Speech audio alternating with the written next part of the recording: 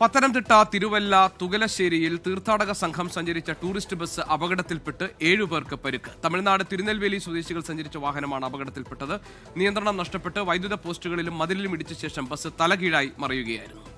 ഷിജോ കുര്യൻ പത്തനംതിട്ടയിൽ നിന്ന് വിവരങ്ങളുമായി. ഷിജോ, എങ്ങനെയാണ് ഈ അപകടം സംഭവിച്ചത്? പരിക്കേറ്റവരുടെ ആരോഗ്യനില എങ്ങനെയാണ്?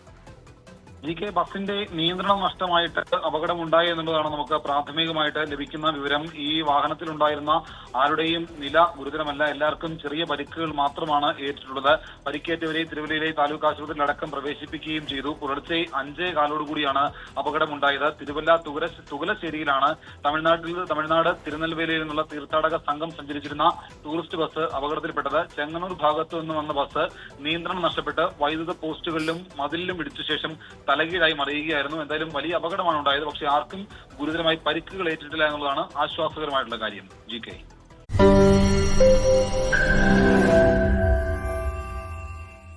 ലോകത്തെവിടെയായാലും ഏത് സമയത്തും 24 വാർത്തകളും ഓഗ്മെന്റഡ് റിയാലിറ്റി പാക്കേജുകളും എക്സ്പ്ലെയിനറുകളും വിശദമായി കാണാൻ ഞങ്ങളുടെ യൂട്യൂബ് ചാനൽ നിങ്ങൾക്ക് സബ്സ്ക്രൈബ് ചെയ്യാം.